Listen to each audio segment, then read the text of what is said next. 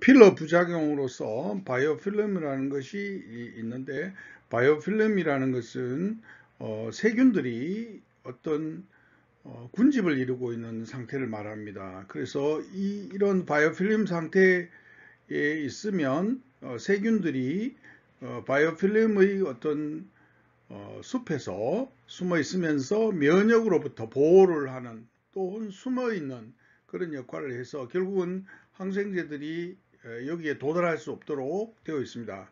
근데 이제 이 균의 입장에서 상태가 컨디션이 좋아지면은 이 균들이 그들의 그 플랑크토닉한 스테이트로부터 다시 이제 액티브한 인펙션 상태로 다시 이제 진행을 하게 됩니다. 그 세균이라는 것은 자기 스스로 만드는 익스트라셀룰라 폴리메트릭 서브스탄스를 가지고 있는데, 이것이 이제 슬라임 레이어라고 해가지고 이것이 마치 갑옷처럼 주변 환경으로부터 자기 신들을 보호하는 그런 역할을 하게 됩니다. 그래서 항생제라든가 이런 것이 효과를 거둘 수 없도록 만들어 주는 것이고요. 그 우리가 보통 쓰는 임플란트들이 있습니다. 임플란트에는 이제 필러도 포함이 되는데요. 이런 이제 필러들이 들어가게 되면 우리가 세균으로부터 컨타미네이션 되는 그 스레스홀드를 낮추게 됩니다. 그래서 감염이 잘 일어난다는 것이죠. 그리고 바이오필름이라는 것은 어떤 안전한 어떤 공간을 형성해서 우리의 면역 시스템으로부터 보호를 해주고, 또 항생제로부터 보호해주는 그런 역할을 하게 됩니다. 그래서 세균이라는 것은 오랜 동안 조용하게 지내다가 갑자기 다시 이제 활기를 띠고, 그래서 문제를 일으키게 됩니다. 즉, 주변 환경이 좋아지면 이것이 처음에는 플랑크토닉 스테이트로 해서 조용하게 지내다가 나중에는 그라뉴로마터스한 인플라메이션이나 압세스, 노듈, 그리고 감염을 일으키게 됩니다. 그래서 우리가 어떤 포린 바디가 완전히 제거되기 전에는 이 바이오필름을 완전히 제거할 수가 없습니다. 그래서 어, 특히 그 어떤 세균이라는 것은 포린 바디하고 부착되어 있는 상태이고요. 만약에 어떤 부위에 주사를 하고 나서 지속적으로 주사를 하거나 찌르게 되면은 그 세균이 다시 감작이 돼서 또 재활성화돼서 인플라메이션을 일으키게 됩니다. 그래서 예를 들어서 우리가 힙라든가 니 쪽에 조인트에 어떤 이물질을 임플란트를 쓴다면 우리가 완전히 그 바이오필름을 제거한다는 것이 어려워지게 되겠습니다. 그리고 이 바이오필름을 완전히 없애는 게 어렵기 때문에 우리가 어떤 임플란트를 할 때 새로운 아이디어가 있는데, 뭐냐 하면은 약물을 용출하는 어떤 임플란트 코팅을 한다든가 뭐 이런 것들을 생각해 볼 수가 있겠습니다. 그리고 이 퍼머넌트한 필러들은 그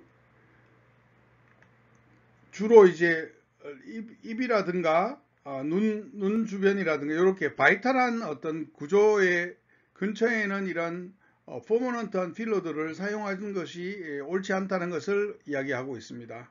그래서 만약에 우리가 시술을 해야 된다면은 이런 퍼머넌트하고 오래가는 필러보다는 히알루로니자제에 잘 녹는 HA 필러 등을 사용하는 것이 바람직하다고 했습니다. 그래서 최근에 그 바이오필름이라는 세균 관련된 것이 그라뉴로마토스 포메이션을 일으킨다는 것이 확실히 알려져 있지는 않지만, 이런 가설에 대해서 긍정적인 많은 스터디들이 있다는 것을 말하고 있습니다.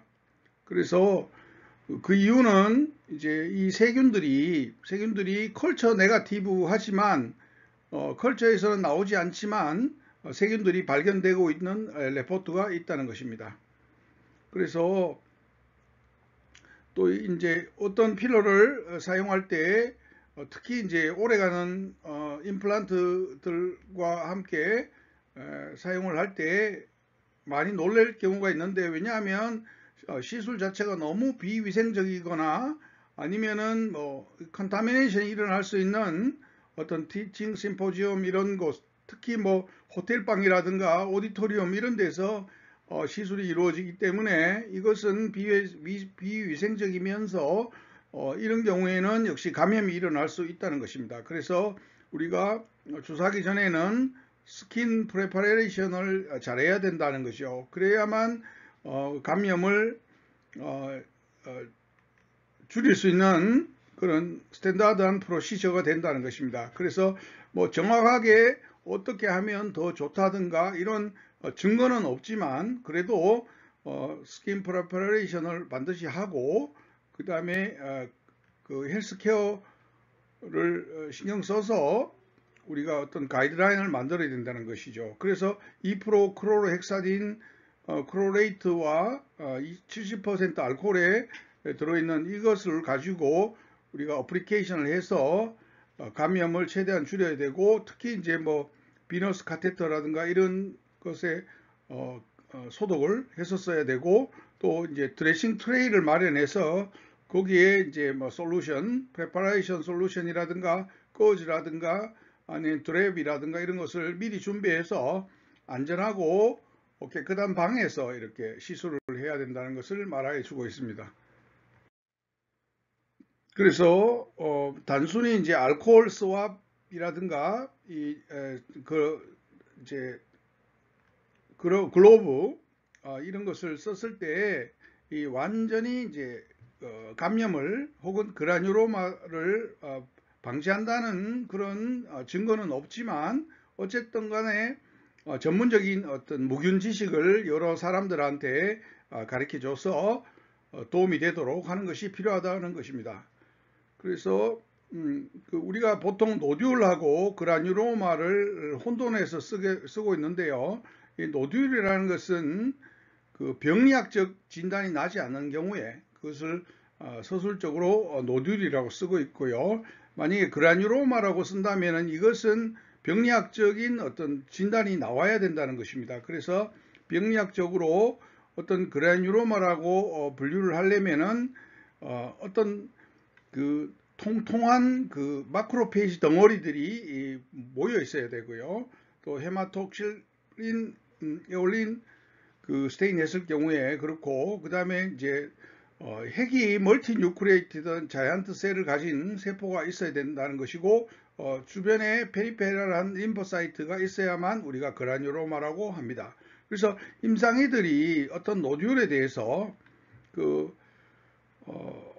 적어도 없이, 병리학적 검진도 없이 그라뉴로마라고 많이 쓰는데, 이것은 상당히 에러라는 것이죠. 그래서 그라뉴로마를 함부로 예단해서는 안 된다는 겁니다. 그래서 보통은 이제 병리적으로 진단이 안 된 것은 그냥 노듈이라 말하고, 병리적으로 진단이 됐을 때만 그라뉴로마라는 말을 써야 된다는